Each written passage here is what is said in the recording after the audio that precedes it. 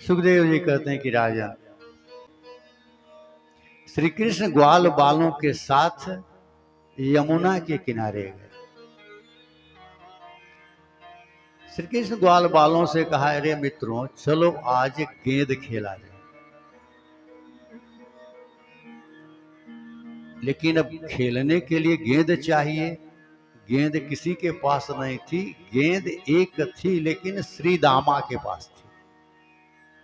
ये श्रीदामा किशोरी जी का सगा भाई श्री कृष्ण का बड़ा प्रिय है। गेंद श्रीदामा के पास थी। श्री कृष्ण ने कहा, अरे श्रीदामा तू अपनी गेंद दे दे, हम लोग जरा गेंद खेलें। श्रीदामा ने ना कर दिया, नहीं नहीं नहीं नहीं, मैं नहीं दूंगा। मेरी गेंद बहुत मूल्यवान है, बहुत महंगी है, कहीं मेरी गेंद खो गई तो? श्री कृष्ण बोले, तुम्हारी गेंद कहीं खो जाएगी तो मैं तुमको नई गेंद ला दूं। श्रीदामा बोला, नहीं नहीं, हम दूसरी गेंद नहीं लेंगे, हम नई गेंद नहीं लेंगे, हमारी एक गेंद ही बहुत अच्छी है। श्री कृष्ण बोले, चलो ठीक है, मैं यही गेंद तुमको ला के दूंगा। ये जब फाइनल हो गया, लिखा पढ़ी हो गई कि हमें यही गेंद चाहिए, तो गेंद दिया और गेंद खेलना शुरू हुआ। उस समय एक नियम बना, जिसके पास गेंद जाएगी वह गेंद से श्री कृष्ण को मारेगा। जिसके हाथ में गेंद जाएगी वो श्री कृष्ण को ही मारेगा। लक्ष्य एकमात्र श्री कृष्ण है। और सुखदेव जी कहते हैं कि राजन, गेंद गई मन सुखा के हाथ में, श्री कृष्ण को लक्ष्य करके गेंद फेंका, लेकिन गेंद कृष्ण को न लग करके काली दह में चली, यमुना जी। गेंद चली गई यमुना जी में। अब श्रीदामा ने श्री कृष्ण का वस्त्र पकड़ लिया था। मैं पहले ही कहता था मेरी गेंद गुम हो जाएगी, गुम हो जाएगी, दे नहीं रहा था। तुम मांग के लिए हो, जाओ मेरी गेंद लेके आओ। ग्वाल बालों ने कहा, अरे श्रीदामा, काली दह में तो काली नाग रहता है, वो विषैला जहरीला सांप, कौन इसमें जाएगा? श्रीदामा बोला, मैं कुछ नहीं जानता, मुझे मेरी गेंद चाहिए। मैं पहले ही कहा था मेरी मैया बहुत मारेगी, डांटेगी, मुझे मेरी गेंद चाहिए ही चाहिए, और वही गेंद चाहिए। सुखदेव जी कहते हैं कि राजन, एक गेंद क्या वस्तु है, क्या चीज है? गेंद जैसे हमेशा उछलती रहती है, इसी तरह से हम सब का मन हमेशा उछलता रहता है। गेंद अर्थात हमारा आपका मन। सब सांकेतिक भाषाएं हमारे ग्रंथों में है। गेंद, भगवान गेंद से खेलते हैं, भगवान अपने भक्तों के मन से खेलते हैं। मयि एव मन आधस्तो मयि बुद्धि निवेश, मुझे तू अपना मन दे दे, मैं उससे खेलूं। हम सबका मन भगवान, और कुछ नहीं चाहते हैं, धन नहीं चाहते, तन नहीं चाहते। बोलते हैं धन अपना अपने लोगों को दे दो, अपना तन अपने लोगों को दे दो, लेकिन अपना मन वो हमको दे दो।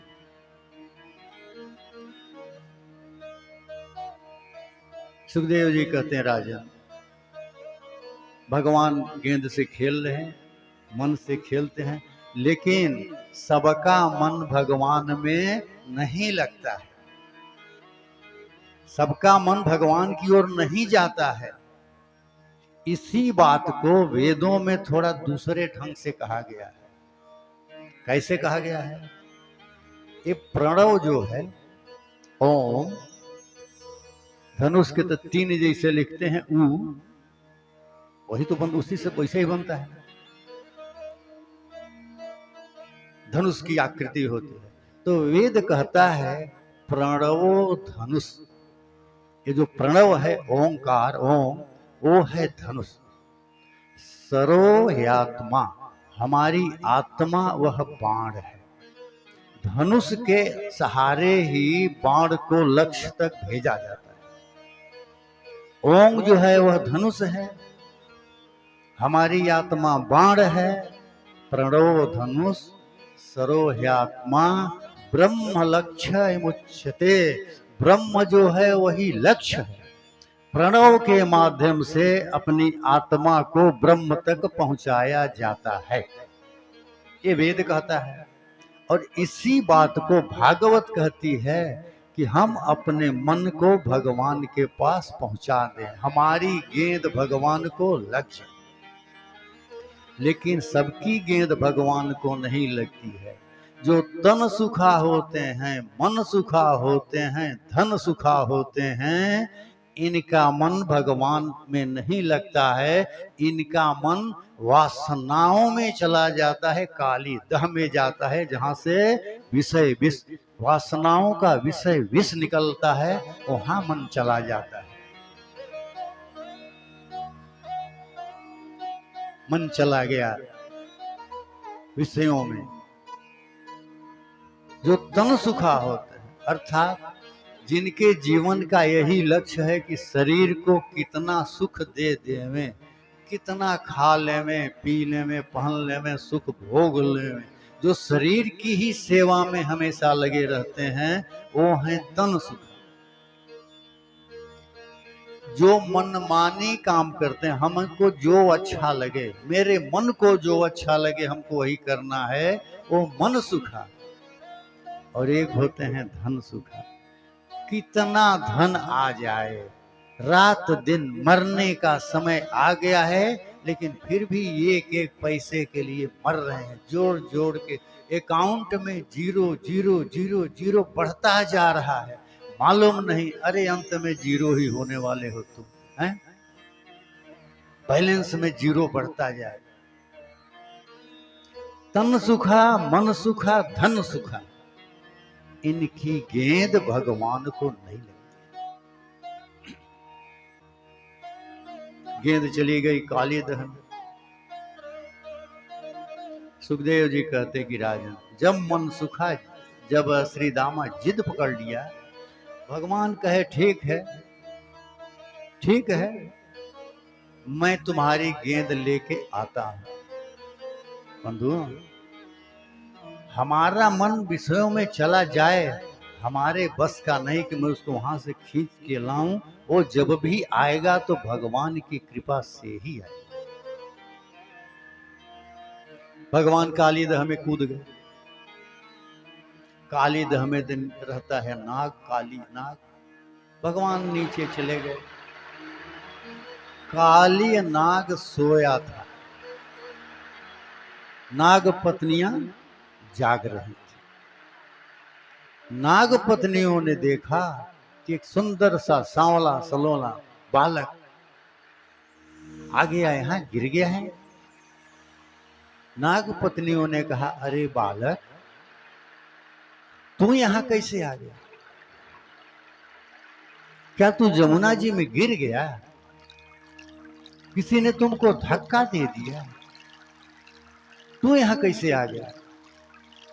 अरे बालक, हमें तो ऐसा प्रतीत हो रहा है कि तेरी आयु अभी शेष है, कि ऐसे समय यहां आया है कि एक नाग सो रहा है। कहीं ये नाग जाग रहा होता तो तुम्हें डस लेता। एक काम करो, वैसे तो हम नागिनें बड़ी क्रूर होती हैं, अपने बालकों को भी खा जाती हैं, लेकिन तुमको खाने की हमारी इच्छा नहीं हो रही। तुम चले जाओ, इससे पहले कि ये नाग जग जाए, तुम चले जाओ। श्री कृष्ण बोले, अरे नाग पत्नी हो, इसको जगाई दो ना। नाग पत्नियों ने कहा, नहीं नहीं श्री कृष्ण,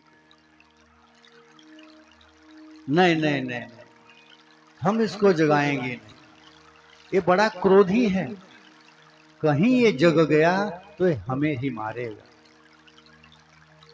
श्री कृष्ण बोले, हे नागपत्नियों, जो अहंकार की निद्रा में सोया हुआ है, मोह के निद्रा में सोया हुआ है, उसको ही जगाने के लिए तो मैं आया।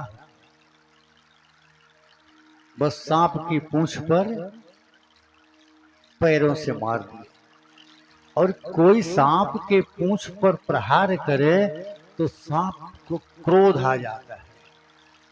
जैसे श्री कृष्ण ने अपने पैर से प्रहार उस नाग की पूंछ पर किया, वो फन काट के खड़ा हो गया। काली नाग ने काले श्री कृष्ण को देखा, क्रोध से आग बबूला हो गया। काली नाग ने श्री कृष्ण को काटने के लिए अपने फन का प्रहार,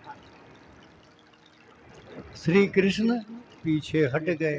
उसका फन भगवान के चरणों के पास भूमि पर गिरा। आगे जब भगवान उसके मस्तक पर पैर रखे तो परीक्षित ने पूछ दिया था, गुरुजी, भगवान के चरण कमल बड़े बड़े योगियों को नहीं मिलते हैं। काली नाग कौन सा पुण्य किया था, कितना भजन कीर्तन किया था कि भगवान के चरणों का स्पर्श मिला उसके सिर पर। सुखदेव जी कहते हैं, अरे उसने कुछ नहीं किया था, कुछ नहीं किया था। वो हुआ क्या था कि जब वो फन मारा तो भगवान के चरणों के पास उसका फन चला, और भगवान के चरणों की तो विशेषता है, प्रणत देहिनां पापकर्षणम् त्रीणचरानुगम् श्रीनिकेतनम् फणिफणार्पितम्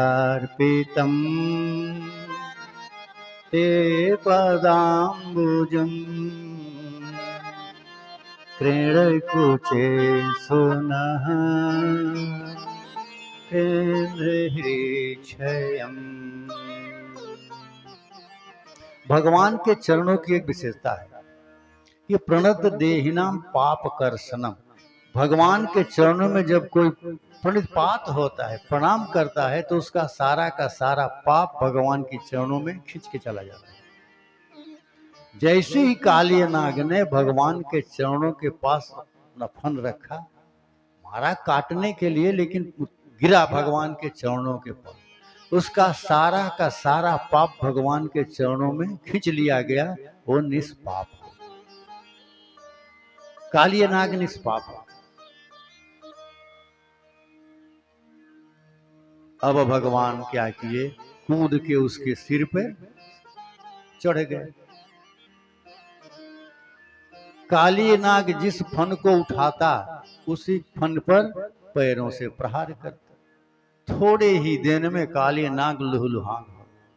जब मरने के एकदम नजदीक आ गया, निकट आया, नाग पत्नियों ने भगवान की बहुत सुंदर स्तुति की। भगवान ने कहा, एक काम करो, तुम ये स्थान छोड़ दो, चले जाओ रमणक द्वीप में। नागों के रहने की व्यवस्था मैंने पहले ही कर दिया है, यमुना जी को छोड़ो, यहाँ से जाओ। काली नाग के सिर पर ऊपर आए और खूब नृत्य किए, जो सब आप लोग सब जानते हो कथाओं में। काली नाग को मारा नहीं। देखिए बंधु, काली नाग भी दूषित मन का ही एक स्वरूप है। मन को हमारे भक्ति शास्त्र में मारा नहीं जाता, इसके दोषों को दूर किया जाता है। मन को मार नहीं सकते। मन को मारोगे, आज आप किसी को मारोगे, कल को जब वो थोड़ा बलवान होगा तो बदला लेगा। विश्वामित्र ने मन को मारा था, लेकिन जैसे ही मेनका आई, वही मन जब उसको थोड़ी खुराक मिली तो विश्वामित्र पर चढ़ गए। मन को कभी मारो मत। मन को समझा बुझा के रमणक द्वीप में भेज दो। रमणक द्वीप अर्थात रमणक रमणीक, द्वीप माने भगवान के जो दोनों चरण हैं उनके बीच अपना मन लगा दो। सारी रमणीकता भगवान के चरणों में है, मन वहां निश्चिंत होके रहेगा। भगवान गेंद लेके आए, श्री दामा को दे दिए। श्री दामा बोला, हे श्री कृष्ण, श्री कृष्ण का पैर पकड़ लिया, हे श्री कृष्ण, आज तो तुमने मेरी गेंद काली दह से निकाल ली, लेकिन एक कोई निश्चित थोड़े है कि अब फिर मेरा मन काली दह में नहीं जाएगा। मेरी गेंद बार बार विषय में जाएगी, मेरी गेंद बार बार काली दह में जाएगी। तुम ऐसा वरदान दो कि जब भी मेरा मन विषय में जाए तो वहां से वापिस हमको लेके